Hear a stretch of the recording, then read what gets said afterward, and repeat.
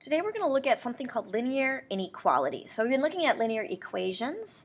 Inequalities would be very similar but slightly different. We're going to start with a fraction buster warm-up. So if you see a bunch of fractions here, first step will be to bust the fraction by looking for the LCD, the lowest common denominator. So what's the smallest number that both 2 and 6 can both multiply into? And that would be, or 2 and 3 both multiply into, and that would be 6. So we're going to multiply everything here by 6. So if I do that, here's what it looks like. 6 times 4x over 2 plus 6 times 15 over 3, and that equals 6 times 17. All right, now we're going to cancel things. So what can we divide a 6 and a 2 by? And that would be 2. So 2 divided by 2 is 1. 6 divided by 2 is 3. So 3 times 4x is 12x. Here we can divide a 3 and a 6 both by 3. So 3 divided by 3 is 1. 6 divided by 3 is 2. 2 times 15 is 30. And here we can't bust up any fractions, so we're going to multiply 6 times 15, or 17, and we'll get 102. And now we should be able to solve this. We're going to subtract 30 from each side. We'll get 12x equals 72. To get rid of the 12, we divide by 12.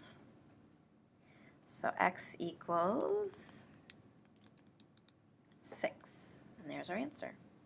And then you could plug in and check, and both sides should be 17. Two learning targets today. I can graph a one-dimensional inequality in a number line, and I can solve a linear inequality. So the first problem, think of solutions for the statement x is greater than 5. What are some numbers that are greater than 5? Well, you could say 6 is greater than 5. What about 7? What about 100? What about 1,000? What about a decimal? What if I had 5.5, 5.75? Any of these numbers are greater than 5, and so when we put this on a number line, to show that there's more than one answer, we're going to do, let's see, I'll just start at 0, 1, 2, 3, 4, here's 5. Anything for x is greater than 5, we're going to put an open dot because it's bigger than 5, so it doesn't include 5, but then I'm going to color in my arrow. Let's use a different color. And this arrow represents anything greater than 5. And we can see that it would include decimals and fractions and numbers like that. So let's look at vocab today. Here's the statement. X is greater than or equal to 2. So let's write that out in words. X is greater than. And then there's that line right there, so that means or equal to 2. So if it's greater than or equal to 2, instead of an open dot, we're going to use a closed dot. And then if it's greater than or equal to, we're going to color in the line. Let's try the next one. X is less than, think of it looks like an L shape, as less than or equal to 4. So at 4, again, less than or equal to 4, it can be 4, so we can color it in. Or less than 4, we're going to draw our color in our line all the way to the left. Any number here is less than or equal to 4. Let's try the next one. X is greater than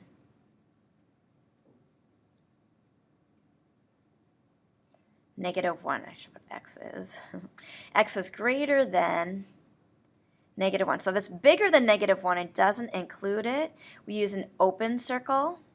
So at -1, an open circle. And it's greater than, so bigger than goes this way. Excuse me, -1. And the last one, x is less than 0.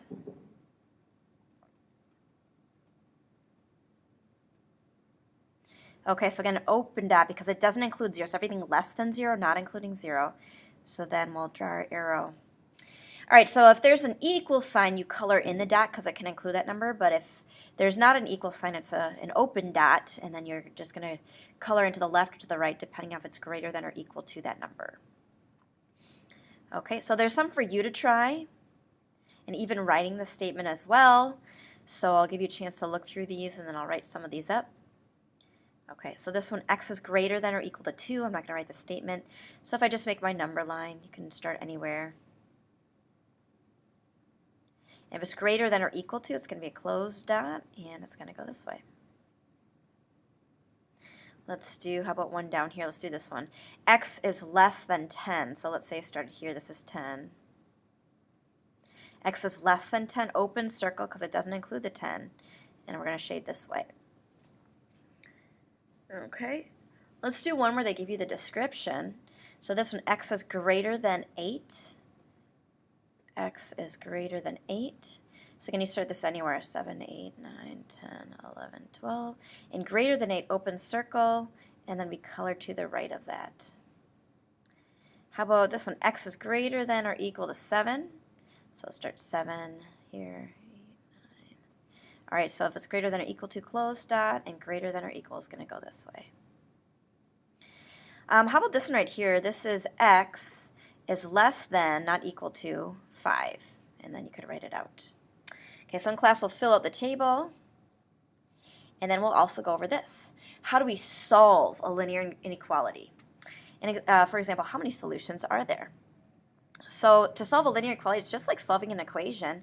So you can pretend this is an equal sign, and if this was an equal sign, what would you get rid of first on the left-hand side? Well, we would subtract 1. So let's do that here. And we're going to get 2x is less than or equal to 5 minus 1 is 4. How do you get rid of the 2 if it's being multiplied? We're going to divide by 2. So we have x is less than or equal to 2. We graph that on a number line. X is less than or equal to, so color it in. And there's many solutions. If I plug in a 1, a 0, or a 2, let's try it. 2 times 0 is 0 plus 1 is 1 less than or equal to 5. Yeah. Let's plug in a 1. 2 times 1 is 2. 2 plus 1 is 3. Is 3 less than or equal to 5? Yes. So there's many solutions here. Okay, let's try just a few more. Again, it's just like solving equations. So this first one right here, we have a minus 1, so let's add 1 to each side. We get 3x is greater than or equal to 9. Divide each side by 3. We get x is greater than or equal to 3. Let's put that on a number line, color it in. Greater than or equal to, we're going to color on our line this way. Let's try the next one. What do we get rid of first here? Well, remember, if we have x plus 5, it's kind of like in parentheses if it's on top of the fraction. So first step, we're going to multiply each side by 2. And we have x plus 5, the 2's cancel, is less than 6. Subtracts 5 from each side, and we get x is less than 1. So open circle, and less than 1 will be this way. Any answer less than 1 should work. And the last one here, 100 is greater than 2x plus 90. So first step, let's subtract 90 from each side. We get 10 is greater than 2x. Let's divide each side by 2.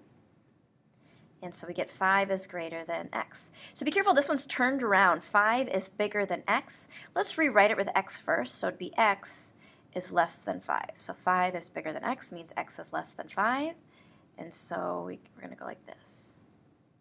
Okay, so this means x is bigger than 5, which means x is less than 5. So if it's written the other way, switch it so that the variable is first. It's a little bit easier for me to understand. All right, so we're going to practice this in class and spend another day on it tomorrow.